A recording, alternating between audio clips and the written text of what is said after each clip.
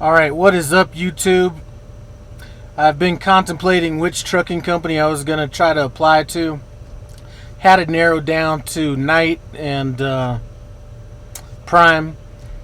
I'm still kind of debating between the two, so if you know, or if you have any insight as to which one of these companies would be best, leave it in the comments below. But the funny thing about this whole application process is, probably about 3 weeks, a month ago, I'd kind of reached out, to a recruiter and tried to ask some questions. And at the time, the recruiter that I'm dealing with right now at Prime was really not trying to give too much information. So I was like, all right, you know what, I'm going to go ahead, do as much stuff as I can now, and then get back with them later. So I never had a reason to have a passport. When I was in the Marines, never needed a passport. So I went ahead, got the passport, and I'm one to kind of over prepare, so I went and got my TWIC card as well. So I got that, and so I was figuring, okay, I'm within a month of ready to go ahead and do this. So I'd fill out the rest of my application online, and now all of a sudden I get a reply back, and now they're almost trying to rush me, when I was trying to get answers and questions answered a while back. So that irritated me just a tad bit, because I felt like, here's what I kind of felt like. Okay, I felt like the recruiter was almost talking to me like I was 18 or 21 years old, didn't have any other options or anything like that. I don't know. It was just, I just felt a little rushed in it. Rather than, trying to hear what my questions were right up front, just trying to give a whole bunch of information, which, I really didn't need at this time, because I've had a chance to watch a lot of different, videos on YouTube to kind of prepare me for that. So we ended up finally getting on the same page and everything, but, I do think that is going to be the route I'm going, Prime.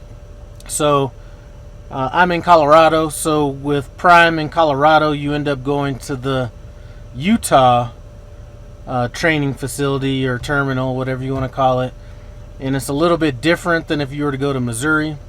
If you go to Missouri, you don't need to have your permit, and you don't need to have all this stuff before you go. If you go to Utah, you actually have to have your permit first. So that means I have to get a physical and get my permit before I go there. And then once I go there, then I have to get another physical, which is a little redundant, but I got to do that once I get out there. So today is the 5th or 6th. I don't know. It's Wednesday the 5th or 6th. Let me take a look and see what the date is. Alright, it's the 6th. So they're talking about trying to get me out there on I think it was the 25th they were saying. I think it's a Sunday or a Monday or something like that. Let me take a look. Yeah, so the 25th would be a Monday. And they're talking about taking a Greyhound out there. Now, I ain't taking no Greyhound nowhere. I have not worked for the last, I'm 50 years old. I haven't worked this hard in my life to take a Greyhound, so I'm not taking no Greyhound.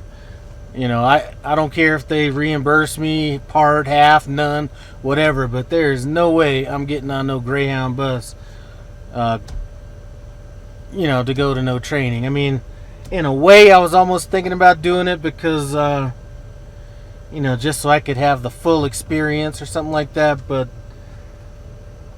no, I'm not getting on no Greyhound bus. Like I said, if I was 18 years old, 21 years old, or some shit like that, maybe I would do that, but that's not in my cards. So I'll either be driving a rental car out there or flying out there. I don't know how that's gonna work yet. They're going through my application right now. I don't know what they're looking for. Should be pretty simple. I've had the same job for 17 years, so that aspect should be pretty simple. So I'm not sure, what the next step is going to be or what they're going to do. But like I said, night is not completely out of the question. The only problem with night transportation is when I had tried to contact night, I got a hold of two different recruiters. One recruiter was telling me one thing about training and the cost of training and where the training was and all this kind of stuff. And then the next recruiter was telling me something completely different than the first one. So that was like the first red flag right there. So I kind of put night on the back burner. I'm trying to think. There was another red flag that came up with them. Oh, the next red flag was, so I'm on Facebook.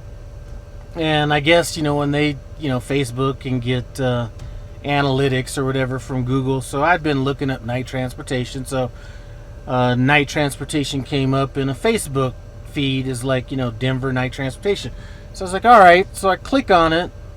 And they're like, okay, there's an open house at night transportation. We're going to be barbecuing, doing all this stuff.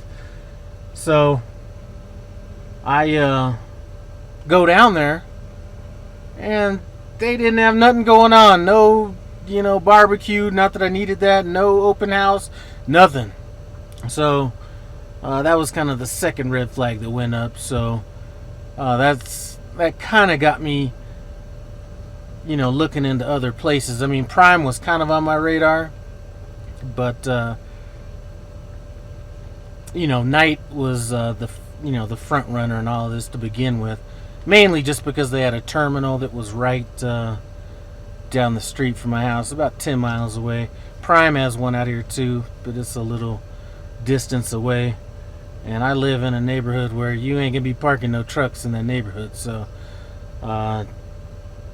anyway, so that's kind of where I'm at now. So, I was kind of thinking early next month is when I was going to be going. So they kind of pushed my timetable up maybe by about a week. So I guess in the next 10 days or so, I'm going to go get the physical, all that stuff. I've been doing my, little practice tests and everything. A combination of reading the manual, which is extremely boring, but the CDL prep application, I've been kind of going through that. So as far as what I'd need, which would be whatever you need to get your permit, and then tanker endorsement, I've been able to do pretty well on that. So anyway, I have been working on that. I know in a previous video, if you've watched any of my other videos, I always hear about truck drivers talking about how much money they make and all this kind of stuff, but I never hear anybody talking about how they're gonna be applying that money. So I have a video coming up where I took two of my clients, one that made around $200,000 between a couple, and another one that made a little over 100, and just kind of talk about actually who's further ahead between the two of them. And I've just started putting those figures together. Anyway, that's about it. So as far as I'm concerned right now, Prime is who I'm going to be rolling with. My only concern with Prime is that it seems like you get tested on either an automatic or a manual based on who your trainer is going to be. I definitely want to get trained in a manual, so I'm not sure how that's going to work. But anyway, that's what's up. Want to thank you guys for stopping by No Hippie Trucking and Transport Wannabe. Listen, if you're all into that barbecue or cooking lifestyle, my other YouTube channel, check it out. No Hippie Barbecue and Cooking. I'm out.